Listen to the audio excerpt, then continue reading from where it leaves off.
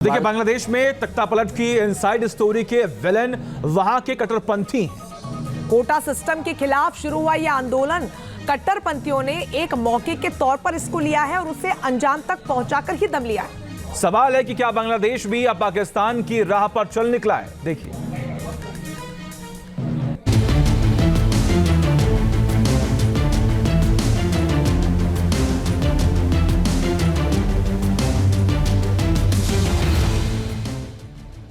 जिस मजहबी कट्टरवाद ने पाकिस्तान के हाथ में कटोरा थमा दिया और जिसकी मिट्टी ने अनाज की जगह आतंकवाद उगलनी शुरू की, ठीक उसी राह पर बांग्लादेश को धकेलने की तैयारी शुरू हो चुकी है।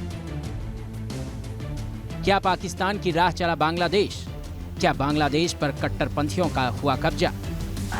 इन सवालों के जवाब तो काफी पहले से ही मिलने शुरू हो चुके थे, लेकिन इसी साल 1 जुलाई को बांग्लादेश के लोकतंत्र के ताबूत में आखिरी कील भी ठोक दी गई।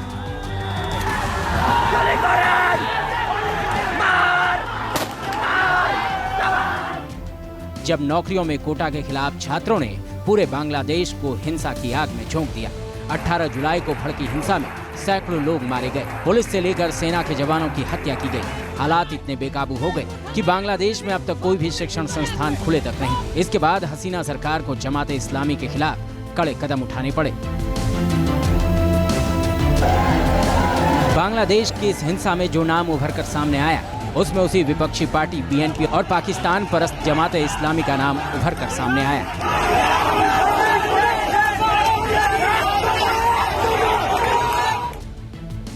हसीना सरकार ने 1 अगस्त को ही जमात इस्लामी और उसकी स्टूडेंट विंग इस्लामी छात्र शिविर पर आतंकवाद विरोधी कानून के तहत प्रतिबंध लगा दिया था।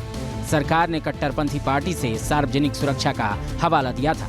जमात इस्लामी पूर्व प्रधानमंत्री खालिदा जिया की बांग्लादेश नेशनलिस्ट पार्टी की प्रमुख सहयोगी है। पाकिस्तान पर कट्टरपंथी संगठन जमात इस्लामी को बैन करना शेख हसीना पर भारी पड़ गया, जिसके बाद एक बार फिर हिंसा भड़की और शेख हसीना को देश छोड़कर भागना पड़ गया। ये वही जमात इस्लामी है जिसने 1971 में पाकिस्तानी सेना के साथ मिलकर अपने ही लोगों का खून सड़कों पर बहा दिया था। बांग्लादेश में हिंसा और तख्तापलट के पीछे पाकिस्तान के हाथ होने के आरोप लग रहे हैं, क्योंकि पाकिस्तान को बांग्लादेश के विकास की रफ्तार फूटी आंखों से नहीं सुहा रही थी। इसीलिए आईएसआई ने जमात इस्लामी के जरिए बांग्लादेश में गृह युद्ध जैसे हालात पैदा करने की साजिश रची। इसके अलावा पाकिस्तान के रेडिकल एलिमेंट्स भी बांग्लादेश को आतंकवाद की आग में झोंकना चाहते हैं। उनकी पूरी कोशिश रहती है कि बांग्लादेश को ज्यादा से ज्यादा कट्टरवाद की तरफ ले जाया जा सके।